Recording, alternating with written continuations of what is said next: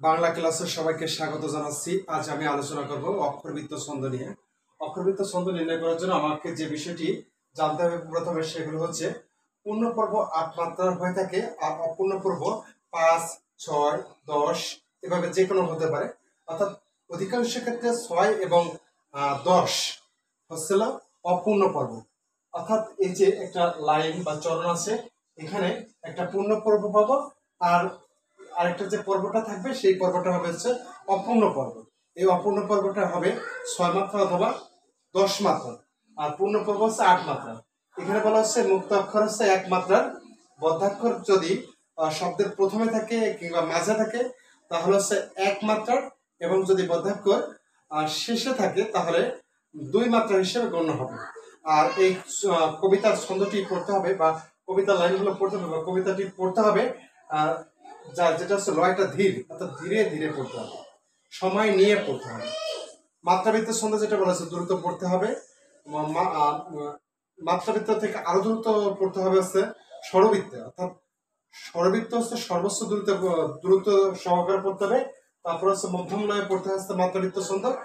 আর এই লয় ধীর যেটা হচ্ছে এটা হচ্ছে অক্ষরবৃত্ত ছন্দের মূল বৈশিষ্ট্য। তো এই 4-5টা বৈশিষ্ট্য মনে রাখতে হবে। মনে রাখতে হবে পূর্ণ পর্ব হচ্ছে 8 মাত্রা, অপূর্ণ পর্ব 6, 8 মানে 10 হতে পারে, 6 কিংবা 10। তো আমরা একটু প্রথমে পর্ব বিভাজনটা করে নিই। রূপ লাগি আখি জুড়ে, রূপ লাগি আখি জুড়ে এখানে শেষ। তারপর হচ্ছে গুণে মন ভোর, অতি অঙ্গ লাগি কান্দে অতি অঙ্গ মোর, হিয়ার পরশ লাগি হিয়া মোর কান্দে, পরাণ প্রীতি লাগি তীর নাহি বান্ধে। এটা ছিল জ্ঞানদাসের বৈষ্ণব পদাবলী থেকে নেওয়া 4টি চরণ। এবার আসি কবি আব্দুল হাকিমের বঙ্গভাষা। এখান থেকে আমরা নিতে পারি যে যেসব বঙ্গেতে জন্মি হিংসে বঙ্গবাণী। তাহলে আমরা যেসব বঙ্গেতে জন্মি হিংসে বঙ্গবাণী, সেসব কাহার জন্ম নির্ণয় ন জানি, দেশি ভাষা বিদ্যা যার মনে ন জুয়ায়, নিজ দেশ ত্যাগী কেন বিদেশ ন যায়, মাতা পিতা ক্রমে বঙ্গেতে বসতি, দেশি ভাষা উপদেশ মনে হিত অতি। অর্থাৎ পর্ব বিভাজনটা হয়ে গেল। এই পর্ব বিভাজনটা করা হয় এই শুরু থেকে এই পর্যন্ত, অর্থাৎ একটু একসাথে উচ্চারণ করতে হয়। একসাথে বলতে হয়, এখানে থেমে গিয়ে একটু বিরতি নিয়ে তারপর আবার বাকিটুকু বলতে হয়। এখানে এবার হচ্ছে পর্ব বিভাজনের পরে দ্বিতীয় যে কাজটি সেটা হচ্ছে অক্ষর নির্ণয়। মুক্ত অক্ষর নাকি বদ্ধাক্ষর, এটা আমরা মুক্ত অক্ষর যখন দেবো তখন হচ্ছে উপর নিচে টান, আর বদ্ধাক্ষরটা এইভাবে দেবো চিহ্নটা। তারপর হচ্ছে কয় মাত্রা সেটা পরে নির্ণয় করব। আগে রূপ, একসাথে রূপ লাগি আখি ঝুড়ে গুণে মন, একসাথে ভোর মনে মন ভোর। এবার আসি প্রতি অঙ্গ লাগি কান দে, প্রতি অংটা হচ্ছে কি স্বর অ আর উ মিলে একটা অক্ষর অং, গ গ আলাদা, মোর একসাথে, হি আ পরশ লাগি হি আ মোর কান দে। এবার আসি পরাণ প্রীতি লাগি, ধীর একসাথে হবে, ধীর হচ্ছে একসাথে, না হি বান্ধে। এবার এটা যে সব বঙ্গেতে জন্মি হিংসে বঙ্গবাণী, সে সব কাহার জন্ম নির্ণয় ন জানি, দেশি ভাষা সা বিদ দা যা ম নে ন জু আয়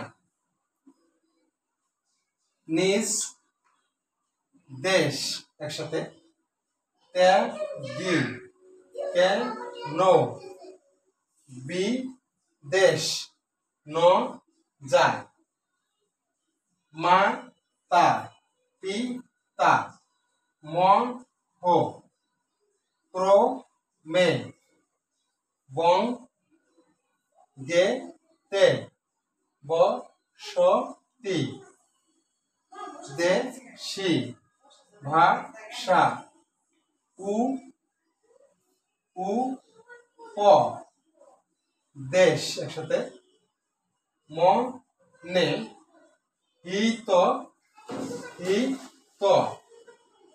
অ তি এখানে একটি কথা মনে রাখতে হবে কোন শব্দ যদি এক অক্ষর হয় অর্থাৎ বদ্ধাক্ষর হয় এক্ষেত্রে দুই মাত্রা অর্থাৎ এখানে একটা বৈশিষ্ট্য লিখতে পারি যে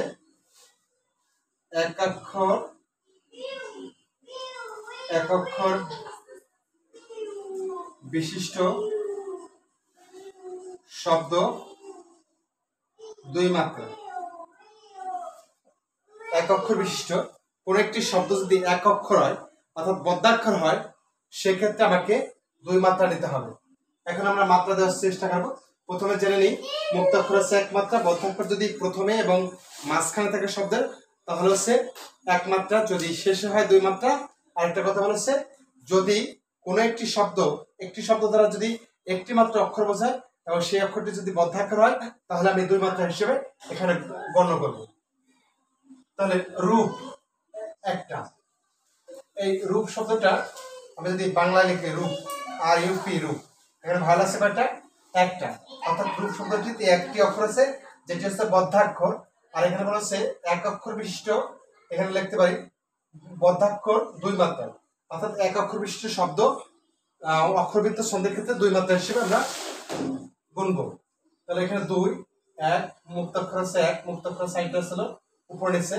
এক এক এখানে এক এক দুই দুই এক এক এক এখানে দুই এখানে এক এই যে অঙ্গ শুরুতে আছে তাহলে এখানে আছে এক হবে এক এক কান্দে শুরুতে আছে শব্দের এক হবে এখানে এক প্রতি এক এখানে এক অঙ্গ বানানে প্রথমে আছে এখানে এক মোর হচ্ছে এক অক্ষর শব্দ তাহলে দুই হবে এক হি আ এই শব্দটা শেষে আছে তাহলে এখানে দুই হবে এখানে এক এখানে কত হবে দুই শেষে আছে প রস শেষে আছে এক এক এক এক মোর হচ্ছে দুই কান্দে হচ্ছে এক হবে এখানে হচ্ছে এক এক এটা শেষে আছে দুই হবে এক এক এক এক এক এখানে আছে স্থির এক অক্ষর বিশিষ্ট শব্দ তাহলে এখানে দুই হবে এক এক এক আচ্ছা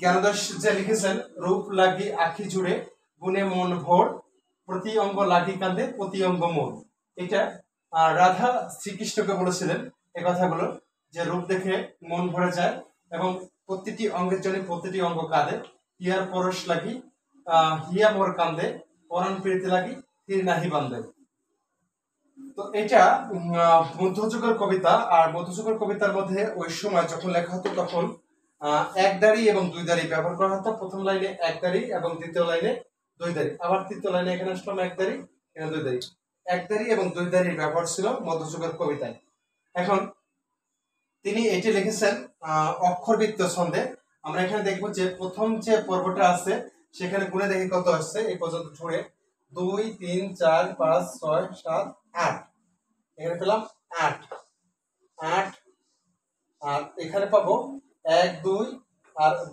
4 আর 2 6 তাহলে পাবো 8 যোগ 6 এটা পাচ্ছি 8 যোগ 6 এবারে আসি এখানে পাচ্ছি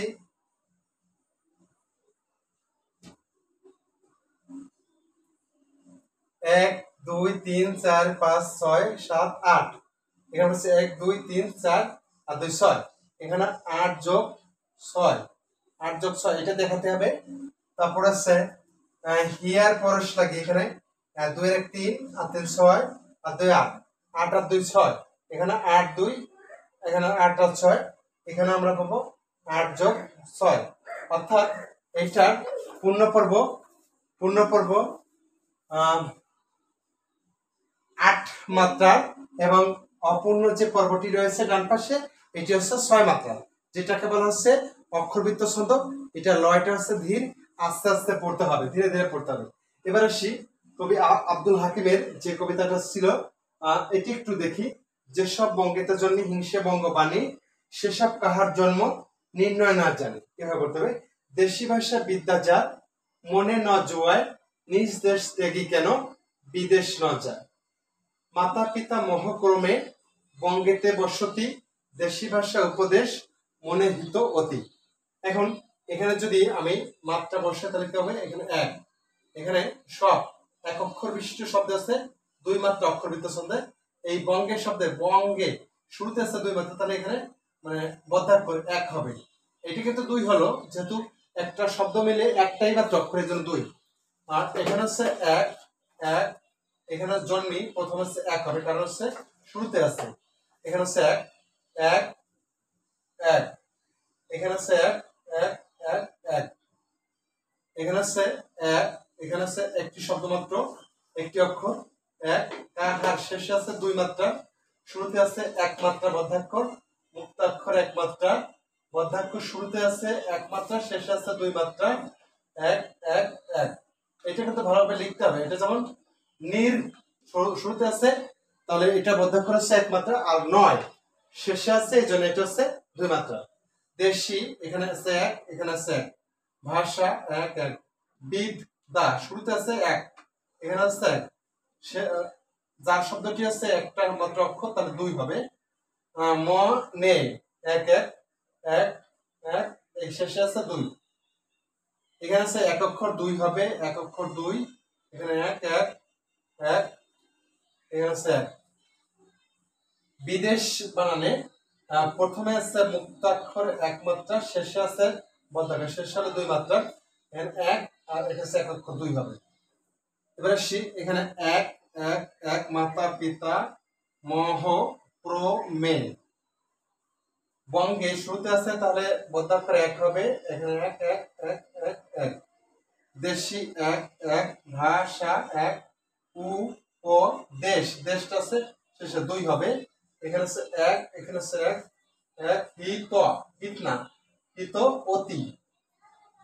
তাহলে আমরা দেখতে পেলাম যেসব বঙ্গেতে জন্মি, এখানে আছে 1, এখানে আছে 2 3 আর 4 5 6 7 8, এখানে আছে 1 2 3 4 5 6।